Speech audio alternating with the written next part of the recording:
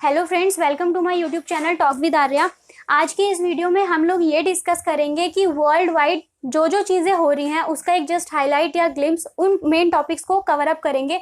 जैसे कि आज है डेट 25 नवंबर 2020। आज के जो अगर हम वर्ल्ड वाइड हाईलाइट देखें, जिसमें सबसे पहले जो सबसे बड़ी चीज़ है या सबसे बड़ी न्यूज़ बोल सकते हो, ऑफकोर्स यूएसए से है।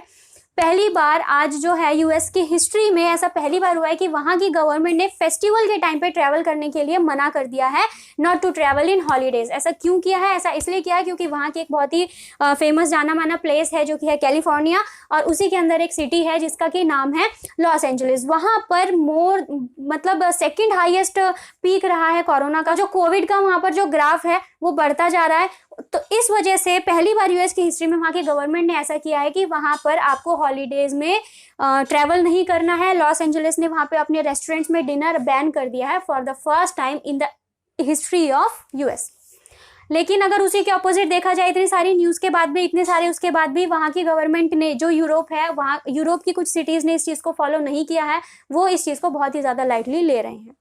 बात करते हैं सेकंड उसकी। सेकंड हाईलाइट है हमारा ब्रुसेल्स। ये एक यानी कि यूरोपियन यूनियन से ब्रुसेल्स यानी कि यूरोपियन यूनियन। उसमें क्या हुआ है कि यूरोपियन कमीशन जो है उसने साफ साफ ये बात बोली है कि they are not in planning to deal with Britain. यानी जब से ब्रिटेन ने यूरोपियन यूनियन से डिपार्चर किया है, वो लोग ट्रेड पर्पज से किसी भी तरीके का कोई पैक्ट ब्रिटिशर्स से बनाने के लिए एग्री नहीं हो रहे हैं। इनफैक्ट वहाँ के जो यूरोपियन कमिश्नर हैं उन्होंने आज बोला भी है कि they are planning not to deal with Britain, कि वो ब्रिटेन के साथ किसी भी तरीके का कोई ट्रेड डील या कोई भी ट्रेड पैक्ट नहीं करेंगे।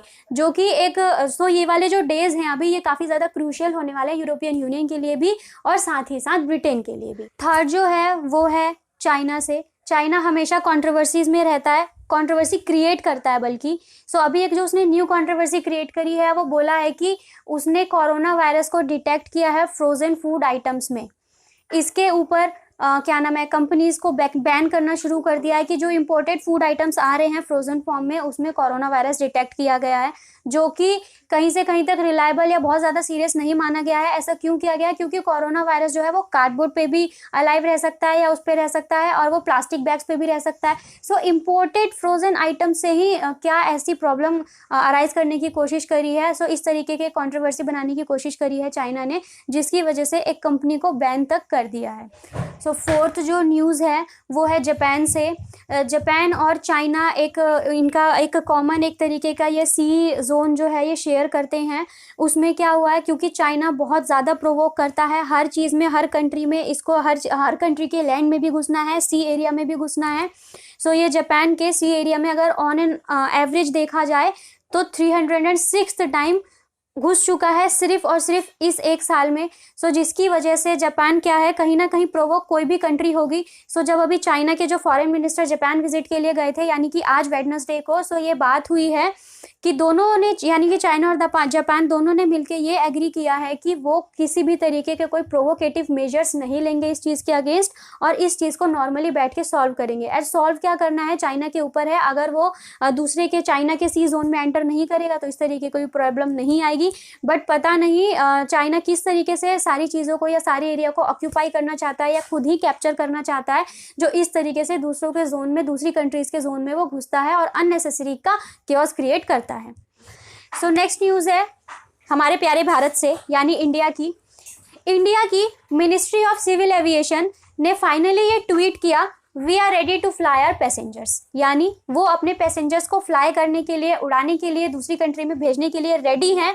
बट अगर सऊदी अरेबिया और ये इस तरीके की जो गल्फ कंट्रीज़ हैं वो अगर रिस्ट्रिक्शंस हटा दें तो, मतलब पहले जैसा हो रहा था कि रिस्ट्रिक्शंस लग गए थे, यहाँ से वर्कर नहीं जाएंगे, फ्लाइट्स नहीं जाएंगे कोरोना वायरस की वजह से। नाउ वो रेडी हैं अपने पैसेंजर्स को भेजने के लिए। बट कुछ कंट्रीज़ हैं जिन्होंने रिस्ट्रिक्शंस लगा दी हैं एंट्री पर।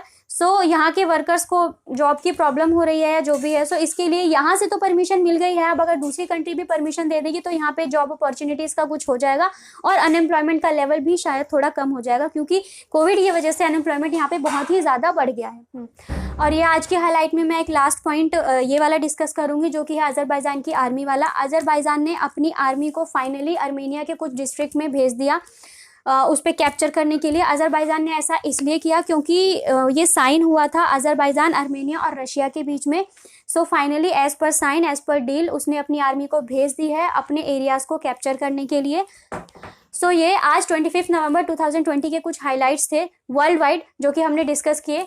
अब देखते हैं कल क्या क्या होता है, कल क्या क्या अपडेट्स आती हैं। फिर मिलते हैं कल इसी तरीके के कुछ टॉपिक्स जो कि वर्ल्ड वाइड हम लोग कवर करेंगे इसके साथ। तब तक के लिए बाय।